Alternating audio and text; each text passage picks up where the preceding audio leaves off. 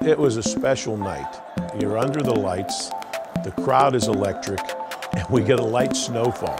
The whole stadium just chanting my name. Amazing, man. Nothing like ever. You know, when I text Melvin after the game and I said, when this is all done, whenever that is, not many people are going to be able to say that 70,000 people were chanting their name.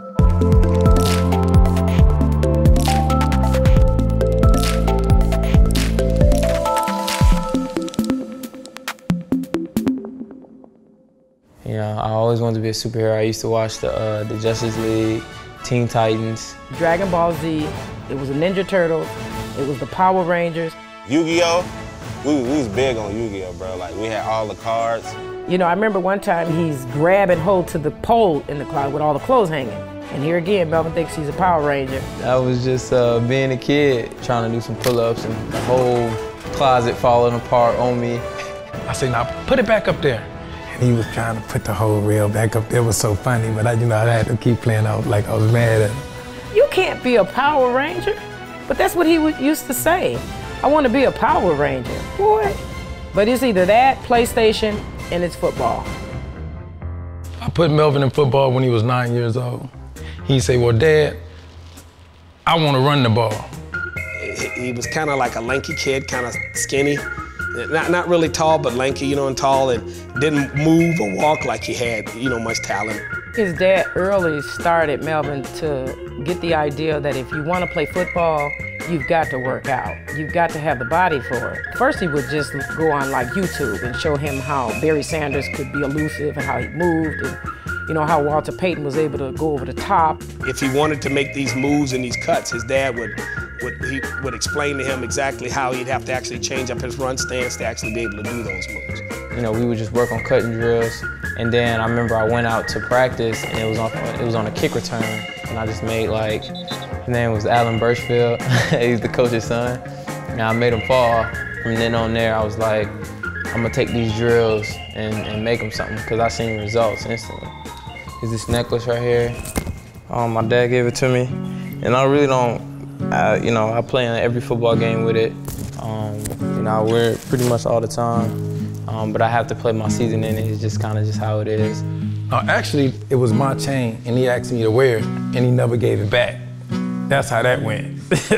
So every time that I seen him running in that chain, it felt like a part of me was running with him. So I never took the chain back. You know, I met Melvin as a freshman. You know, he wasn't very big. You know, he only weighed probably 125 pounds when we met him. Once he got to high school, he was just a gym freak. He's always working out, running hills. He just got so into it that working out just became his life. But he got faster, he got stronger, and he was just a determined kid. I remember he was a little upset about people not really believing that he was, you know, a decent football player. I think it was like 8th grade year I met Trey. I mean, from then on, we kind of just clicked, man. We did everything together. He was just, I mean, honestly, just good at every sport. You know, he was always competing with Trey Waynes when they were at track in high school. So his dad told him, you know, you gotta be quick, you gotta be fast. I really just ran track for football, to get me in shape for football. That's what I kind of just used it for. Yeah, but long jump was my thing. You know, that's all I really wanted to do. Long jumping was his thing, and you know, he did pretty good at it. A lot of the times, it was just me and him just competing for first and second. Senior year, it was supposed to be our big year. We were supposed to win state, and I knew it would probably be our last year playing with each other. But it was off a kick return, and I was just a little slow getting to the block, and the dude made the tackle. We thought he originally sprained his ankle, ended up it broke his leg.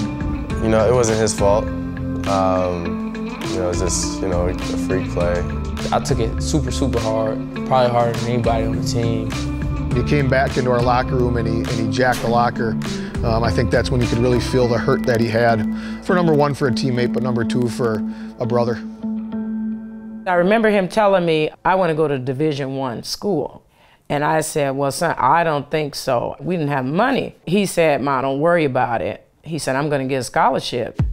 It was this counselor at school. He told me, he was like, hey, Mel, like, the way to get these offers is you have to go to the camp and get these scholarships. And I was like, oh, okay.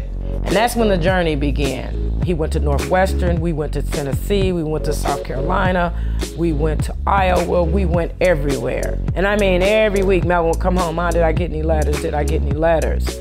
You know, and he maybe would get 1 or 2 from a school we had never heard from, but no big schools.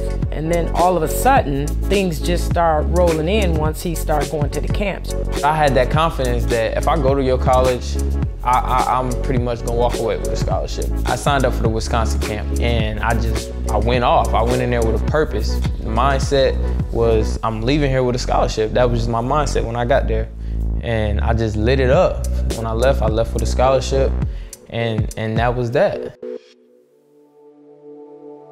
Today, Nebraska and Wisconsin square off in a battle for control of their own destiny. It was just like the Melvin Gordon versus Amir Abdullah. I mean, that's just kind of what it was. Led by Melvin Gordon, the nation's leading rusher. Amir Abdullah, Nebraska take the field.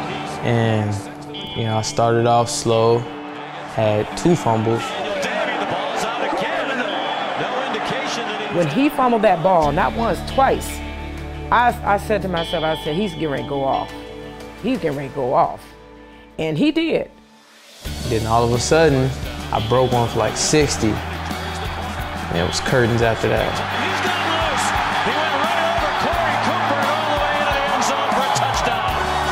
So here he goes. Long run after long run after long run. His Heisman candidacy as he goes off to the races again.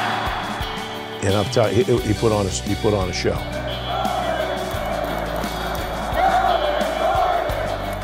The performance he put on, rushed for over 400 yards.